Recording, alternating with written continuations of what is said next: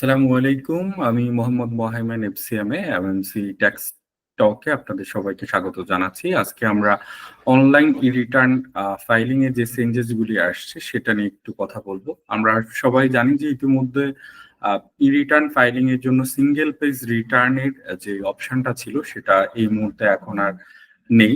এখন একটাই অপশন আছে, সেটা হচ্ছে রেগুলার রিটার্ন ফাইলিং। তবে আমরা চাইলেই রেগুলার রিটার্ন ফাইলিং এর থ্রুতে খুব সহজে আইটি 10B এবং আইটি 10 এর ডাবল পি সাবমিট না করেও রিটার্নটা আমরা সাবমিট করে দিতে পারবো। আমি যদি একটু আপনাদেরকে দেখাই কিভাবে আমরা এখন খুব সহজে ই রিটার্ন ফাইল করব এবং যে চেঞ্জেস গুলি আসছে।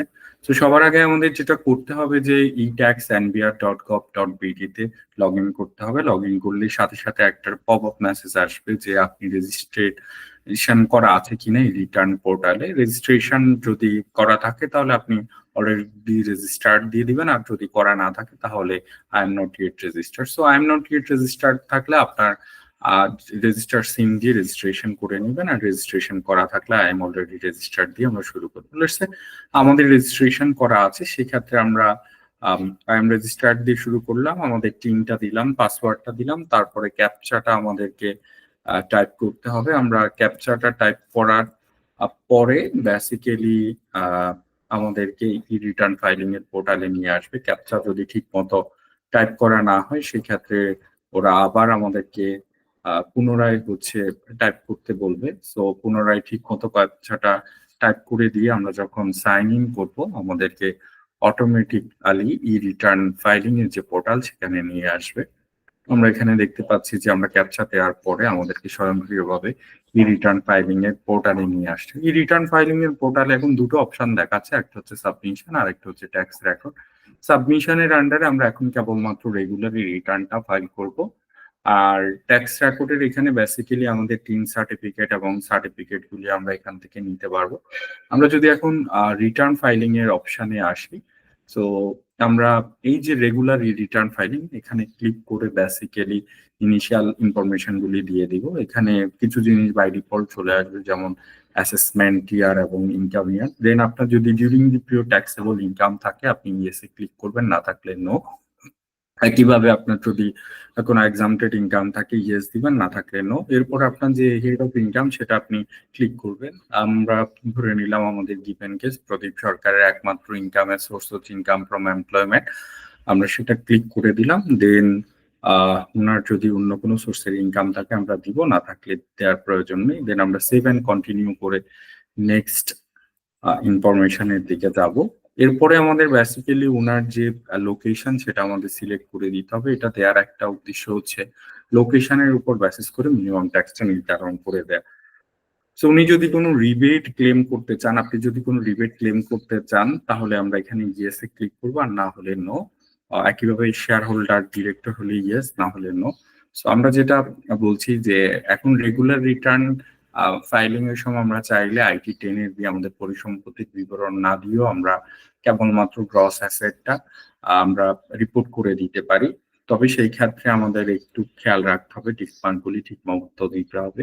সো আইটি 10B যদি আমরা ডিক্লেয়ার করতে না চাই তাহলে আমাদের যে শর্তগুলি মানতে হবে, প্রথম শর্ত হচ্ছে আমাদের 30 জুন 2024-এর মধ্যে গ্রস ওয়েলথ 50 লাখের কম হতে হবে। আমাদের কোনো গাড়ি থাকা যাবে না, আমাদের অফশোর দেশের বাইরে কোনো প্রপার্টি থাকা যাবে না, সিটি কর্পোরেশনে কোনো হাউস প্রপার্টি থাকা যাবে না। সো এই কন্ডিশন গুলি যদি আমরা ফুলফিল করি আমাদের জন্য আসলে আইটি 10B ম্যান্ডেটরি হবে না।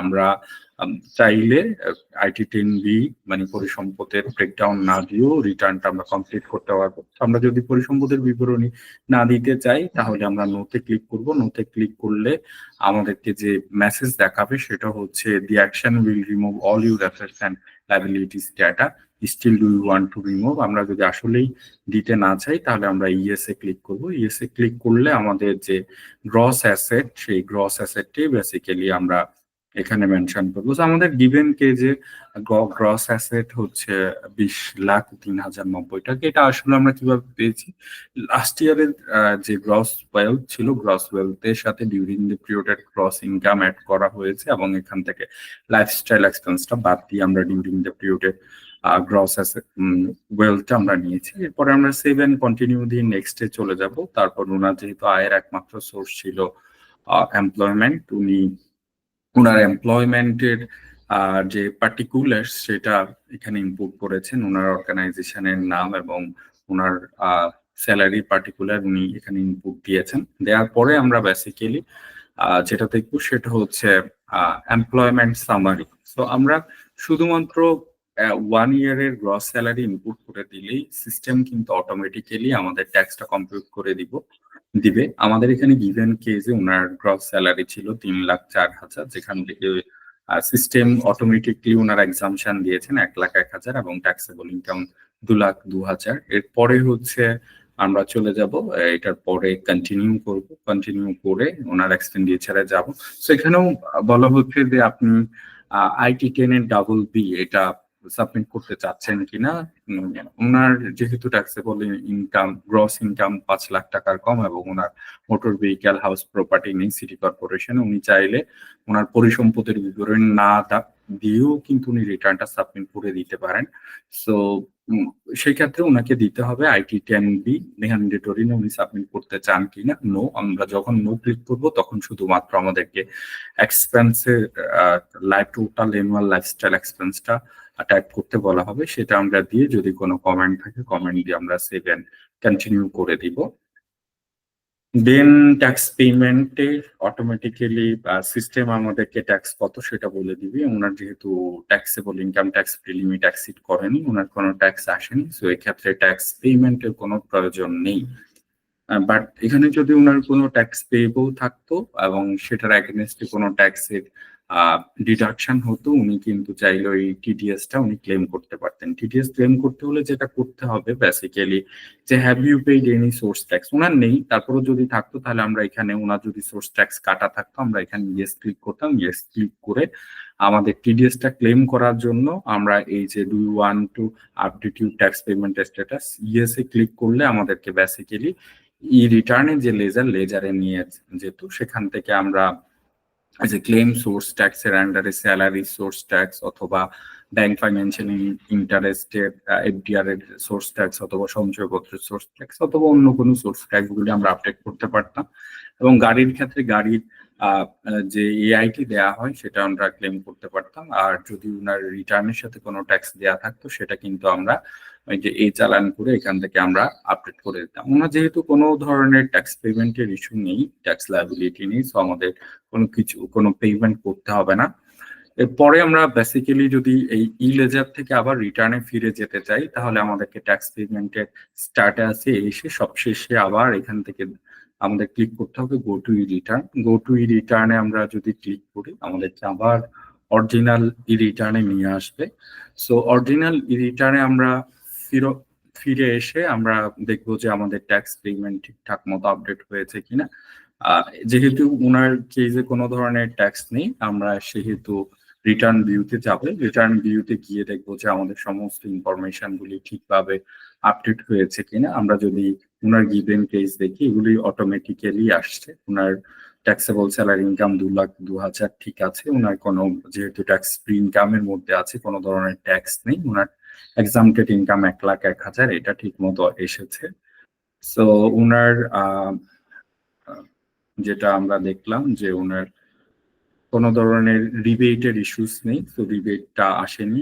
একইভাবে ওনার লাইফস্টাইল এক্সপেন্স অটোমেটিক্যালি এসেছে এবং সবশেষে আমরা যেহেতু কোনো ধরনের অ্যাসেটের ব্রেকডাউন দেইনি, ওনার অ্যাসেটটা টোটাল চলে আসে। সো যেটা আমরা বলছি যদি আপনি IT10B লাইফস্টাইল এক্সপেন্স এবং আপনার IT10BB এবং আপনার অ্যাসেটের বিবরণ না দিতে চান সেক্ষেত্রে আপনি do you want to submit IT10B এখানে নো দিবেন এবং do you want to submit IT10BB এখানেও আপনি নো দিবেন। নো দেওয়ার পরে শুধুমাত্র গ্রস অ্যাসেট এবং গ্রস এক্সপেন্সটা আপনার দিয়ে দিলে হবে। সমস্ত ইনফরমেশন যদি ঠিকঠাক থাকে সেই ক্ষেত্রে আপনি রিটার্ন সাবমিটের জন্য সাবমিট রিটার্ন বাটনে ক্লিক করবেন। সাবমিট রিটার্ন বাটনে ক্লিক করার পরে আপনাকে কিন্তু ফার্দার আবার ওয়ার্নিং দিবে do you want to submit return. আমরা যেহেতু ওনার রিটার্নটা সাবমিট করতে যাচ্ছি আমরা ইয়েসে ক্লিক করব। আমরা ইয়েসে ক্লিক করলে আমাদের জন্য কিন্তু একটা মেসেজ আসবে যে congratulations you return submission was successful, এবং এখান থেকে আমরা চাইলে ইনস্ট্যান্টলি অ্যাকনলেজমেন্টটা আমরা ডাউনলোড করতে পারবো। সো অ্যাকনলেজমেন্ট রিসিপ্টে আমরা যখন ক্লিক করব, সিস্টেম আমাদেরকে কিন্তু অ্যাকনলেজমেন্টটা দিয়ে দিবে। আমরা চাইলে সেটা কিন্তু সেভ করে নিতে পারবো। সো আমরা যে কোনো স্পেসিফিক ফাইল ফোল্ডারে আমরা সেটা সেভ করে নিতে পারি। আমরা এখানে সেভ করে নিচ্ছি আমাদের অ্যাকনলেজমেন্টটা। সো ডেস্কটপে আমি সেভ করে নিচ্ছি অ্যাকনলেজমেন্টটা। একইভাবে আমরা যদি চাই সার্টিফিকেটটা আমরা যদি নিতে চাই, এটা তো অ্যাকনলেজমেন্ট, সার্টিফিকেটটা নিতে হলে আমাদেরকে ট্যাক্স রেকর্ডে ক্লিক করতে হবে। ট্যাক্স রেকর্ড থেকে আমরা এক্সপ্রেস সার্টিফিকেট অথবা পিএসআর রিকোয়েস্টে ক্লিক করব।